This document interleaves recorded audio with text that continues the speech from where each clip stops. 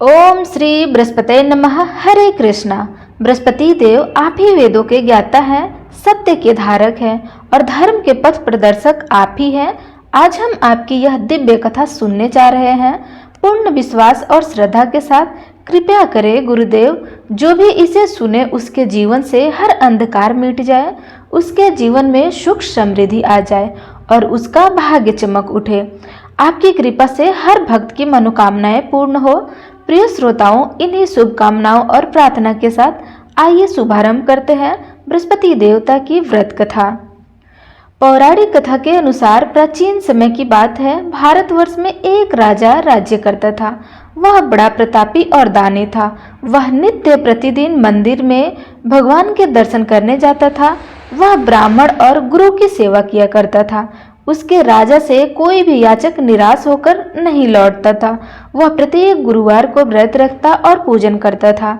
हर दिन गरीबों की सहायता करता था, परंतु यह सब बातें उसकी रानी को बिल्कुल अच्छी नहीं लगती थी। वह ना तो व्रत करती थी, न ही किसी को भीख देती थी या पैसा दान में देती थी, और राजा से भी ऐसा करने के लिए मना किया करती थी।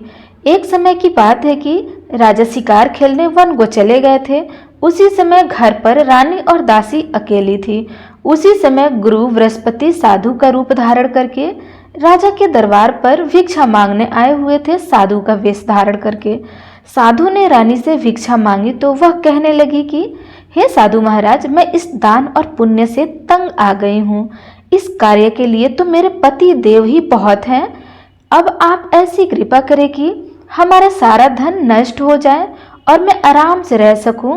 साधु रूपी बृहस्पति देव ने कहा, हे देवी, तुम बड़े विचित्र हो।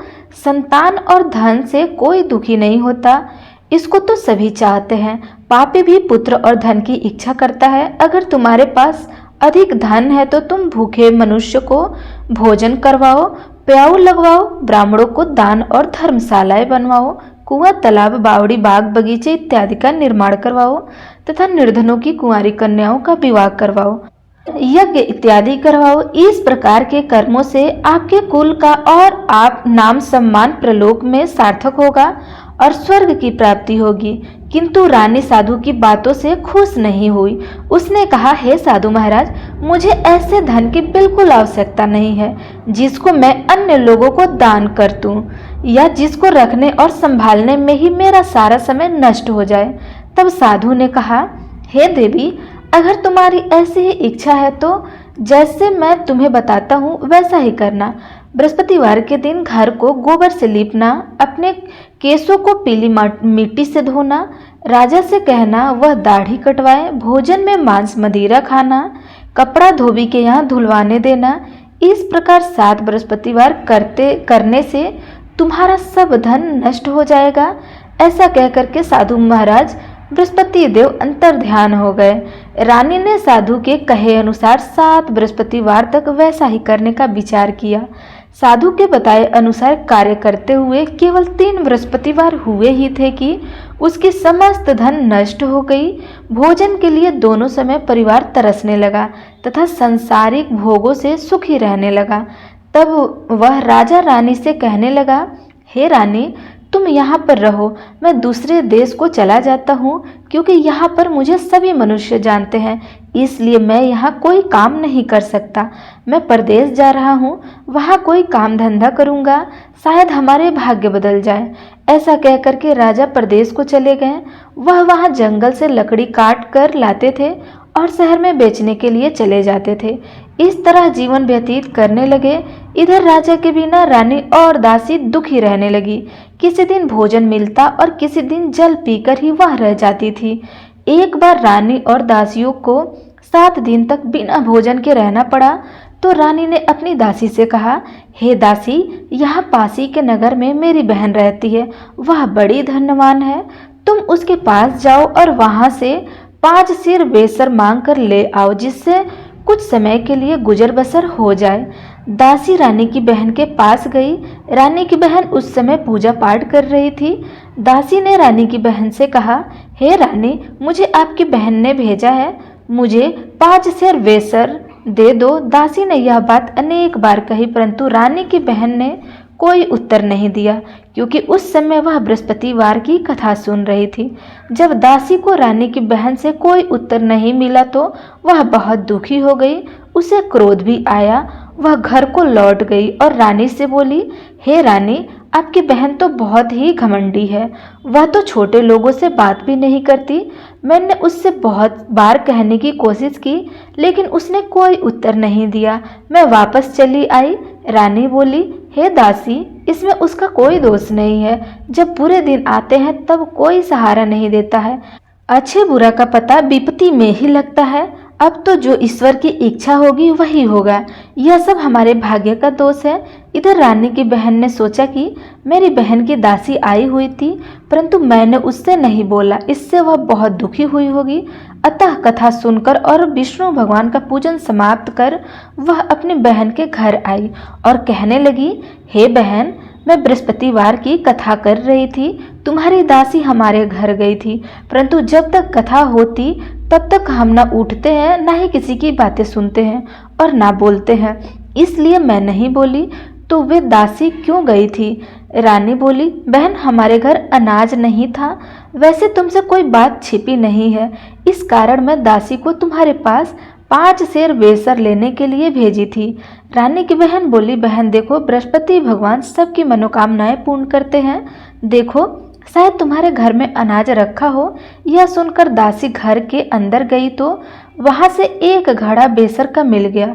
उसे बड़ी हैरानी हुई, क्योंकि उसने एक एक बर्तन देख लिया था। उसने बाहर आकर रानी को बताया। दासी अपनी रानी से कहने लगी, हे रानी, देखो, वैसे हमको जब अन्न नहीं मिलता तब हम रोज तो व्रत ही रहते हैं ना। अगर इनसे व्रत की विधि और कथा पूछ ली जाए तो उसे हम भी किया करेंगे। दासी के कहने पर रानी ने अपनी बहन से बृहस्पति व्रत के बारे में पूछा।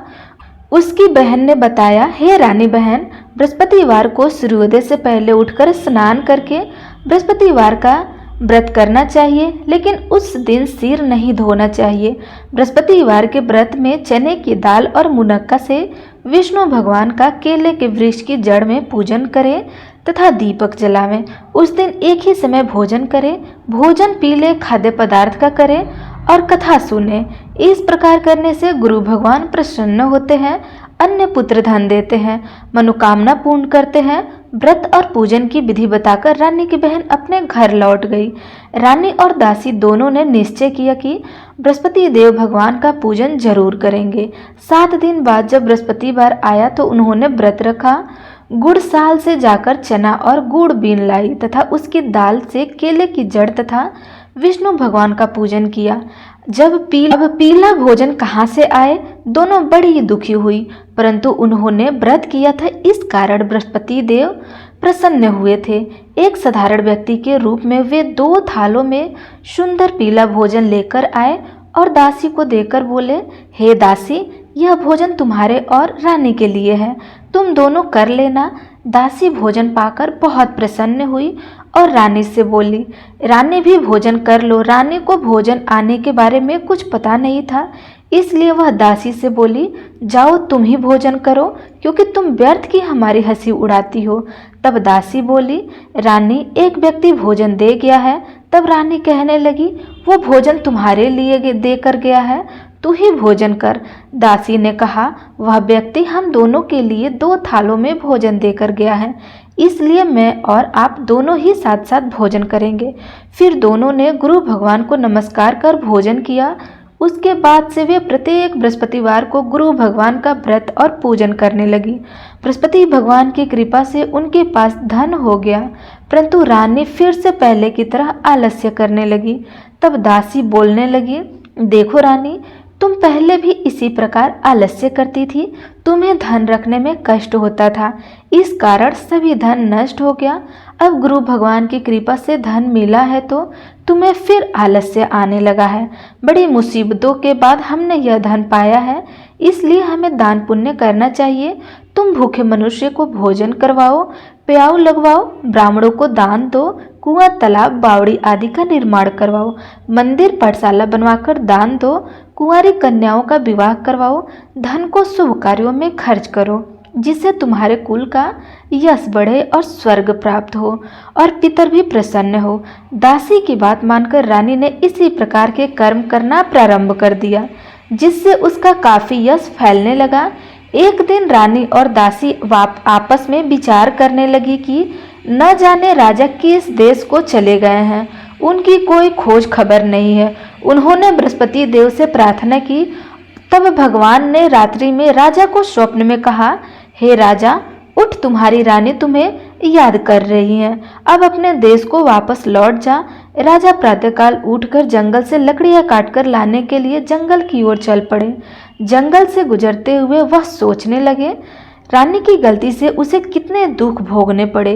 राजपाट छोड़कर उसे जंगल में आकर रहना पड़ा। जंगल से लकड़ियां काटकर उन्हें बेचकर गुजर बसर करना पड़ा। इसी समय उस जंगल में बृहस्पति देव एक साधु का रूप धारण करके आए और राजा के पास आकर बोले, हे लकड़हारे, तुम इस सुनसान जंगल में किस चिंता में बैठे हो, मुझे बताओ। यह सुनकर राजा की आंखों में आंसू भर आया और साधु की वंदना करके वह बोला, हे प्रभु, आप सबको जानने वाले हैं। ऐसा कहकर राजा ने साधु की अपनी संपूर्ण कथा सुना दी। महात्म्य दयालु होते हैं। वे राजा से बोले, हे राजा, तुम्हारी पत्नी ने बृहस्पति देव की प्रति अपराध किया था, जिसके कारण तुम्हारी यह दशा हुई है। अब तुम किसी प्रकार की चिंता मत करो, भगवान तुम्हें पहले से अधिक धन देंगे। तुम्हारी पत्नी ने बृहस्पतिवार का व्रत करना प्रारंभ कर दिया है। अब तुम भी बृहस्पतिवार का व्रत करके चने की दाल और गुड़ जल के लोटे में डालकर केले का पूजन करो, फिर कथा कहो या सुनो। भगवान तुम्हारी सब मनोकामनाओं को पूर्ण करेंगे। साधु को प्रसन्न देखकर राजा बोले, हे प्रभु, मुझे लकड़ी बेचकर इतना पैसा नहीं मिलता जिससे भोजन करने के उपरांत कुछ बचा सकूं, और मैंने रात्रि में अपनी रानी को व्याकुल देखा है। मेरे पास कोई साधन नहीं है जिससे समाचार जान सकूं। फिर से बृहस्पति देव की क्या कहानी कहूँ, मुझे तो कुछ भी नहीं मालूम है। साधु ने कहा, हे राजा, तुम किस बात की चिंता मत करो। बृहस्पतिवार के दिन तुम रोजाना की तरह लकड़ियां लेकर शहर में जाओ। तुम्हें रोज से 2 गुना धन अधिक प्राप्त होगा, जिससे तुम भली भांति भोजन कर लोगे और बृहस्पति देव की पूजा का सामान भी आ जाएगा। बृहस्पतिवार की कथा इस प्रकार है। प्राचीन काल में एक बहुत ही निर्धन ब्राह्मण था।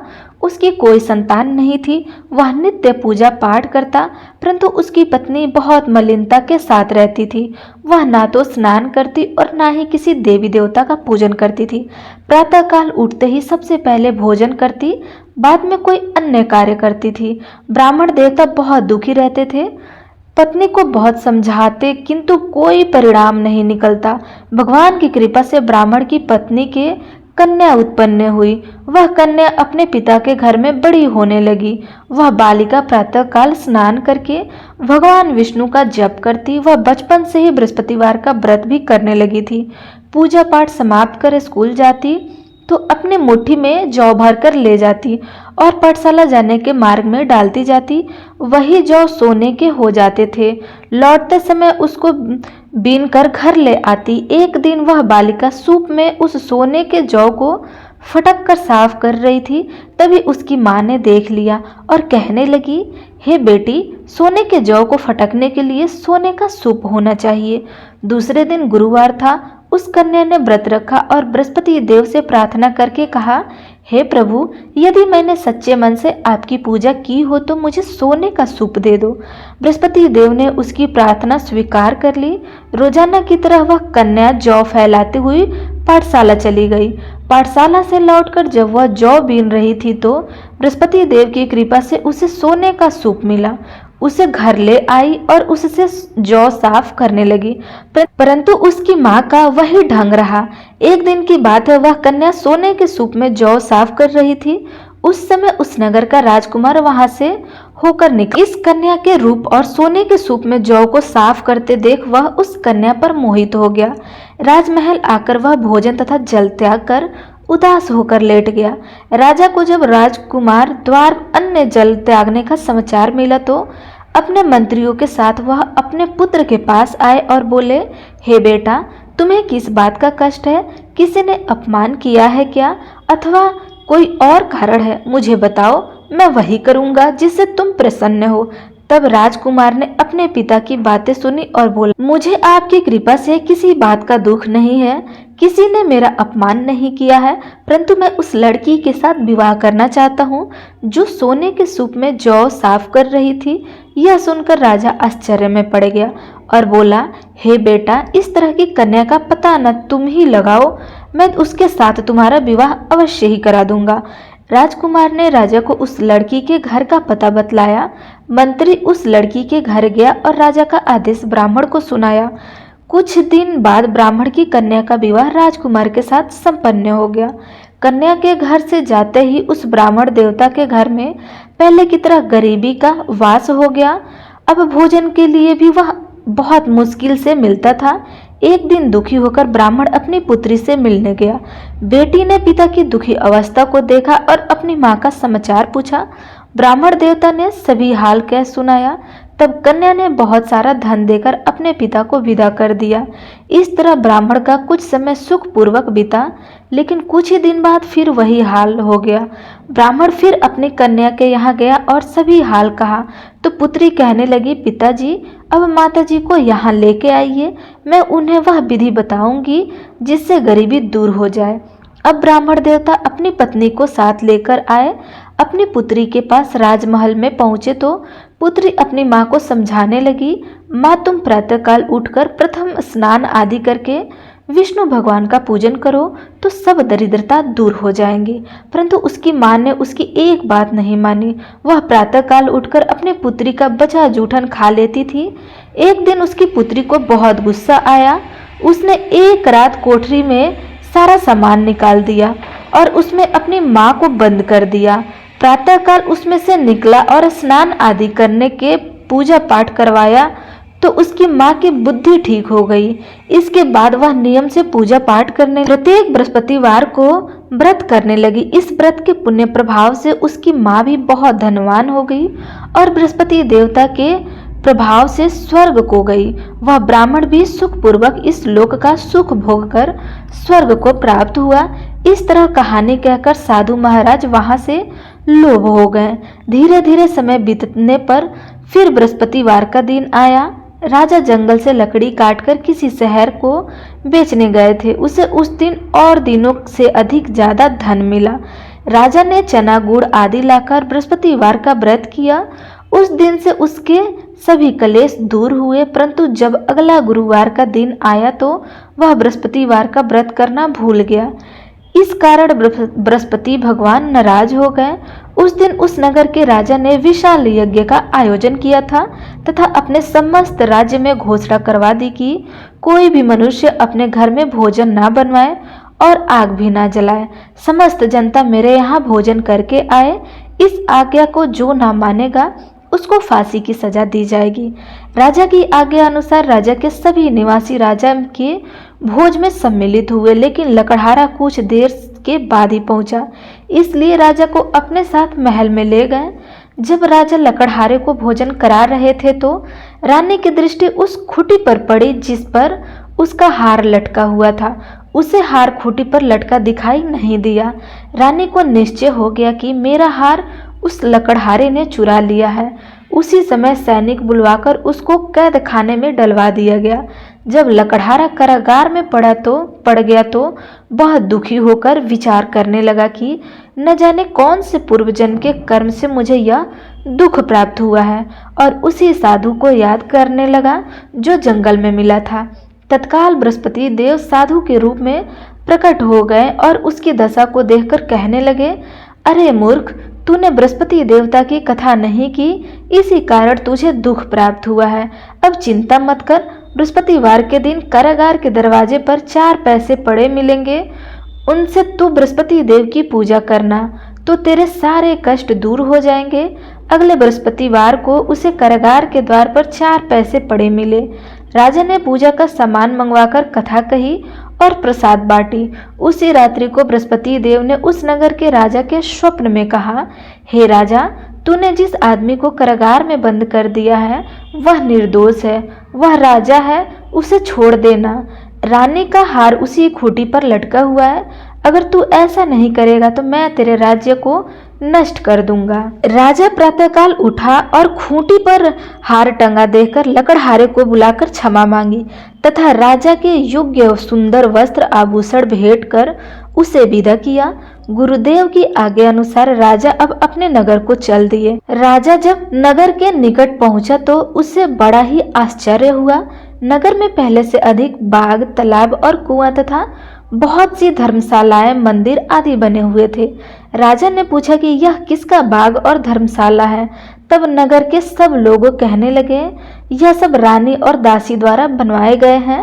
राजा को आश्चर्य हुआ और गुस्सा भी आया। जब रानी ने खबर सुनी कि राजा आ रहे हैं तो अपने दासी से कहा, हे दासी, देख राजा हमको कितनी बुरी हालत में छोड़कर गए थे। वह हमारी ऐसी हालत देखकर लौट न जाए, इसलिए तू दरवाजे पर खड़ी हो जा। रानी की आज्ञा अनुसार दासी दरवाजे पर खड़ी हो गई। जब राजा आए तो उन्हें अपने साथ महल को ले गई। तब राजा ने क्रोध करके अपनी तलवार निकाली और पूछने लगे, बताओ यह धन तुम्हें कैसे प्राप्त हुआ है। तब रानी ने बताया, हमें यह धन बृहस्पति देव के व्रत के प्रभाव से प्राप्त हुआ है। राजा ने तब निश्चय किया कि 7 रोज बाद जो सभी बृहस्पति देव का पूजन करते हैं, परंतु मैं रोजाना दिन में 3 बार कथा करूंगा तथा रोज व्रत किया करूंगा। अब हर समय राजा के दुपट्टे में चने की दाल बंधी रहती थी तथा दिन में 3 बार वह कथा कहते थे। एक दिन राजा ने विचार किया कि चलो अपनी बहन के यहाँ हो आवे। इस तरह का निश्चय कर राजा घोड़े पर सवार होकर अपनी बहन के यहाँ चल पड़े। रास्ते में उसने देखा कि कुछ आदमी एक मुर्दे को लिए जा रहे थे।